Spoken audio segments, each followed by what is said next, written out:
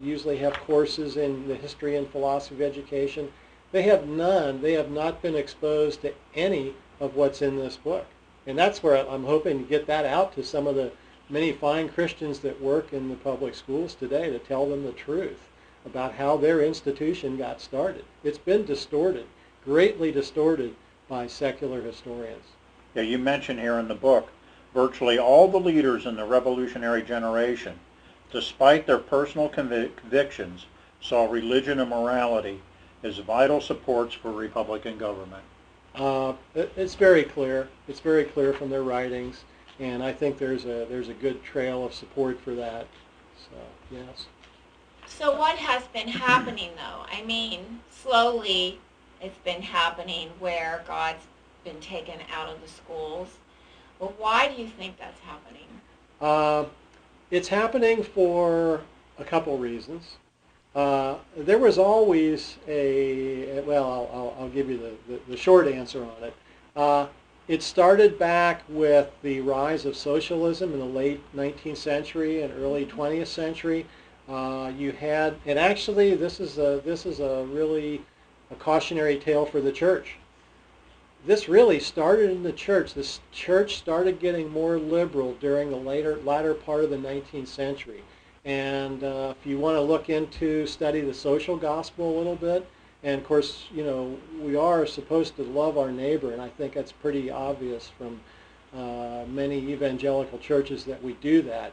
But unfortunately, some of the people in the church gradually forgot the Bible and started focusing more on just the social outreach and helping the downtrodden and working in the world.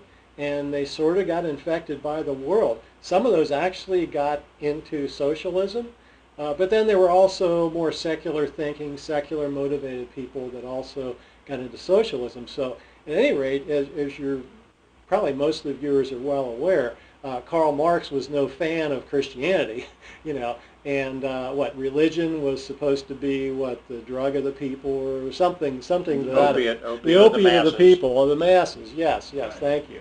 Okay, so this was so now you have these historians, and really American history didn't really start. They didn't really do serious history till the late 1890s, 1900.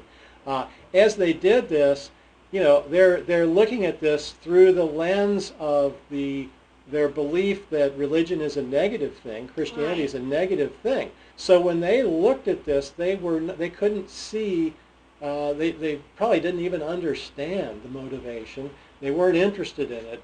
And I don't know that it was necessarily a conscious thing, but they started twisting how the schools got started to fit their worldview. And to say that religion, okay, or the Bible is negative, basically you're then saying, like what our leaders have been saying, we really don't need God to be good. We can be good on our own.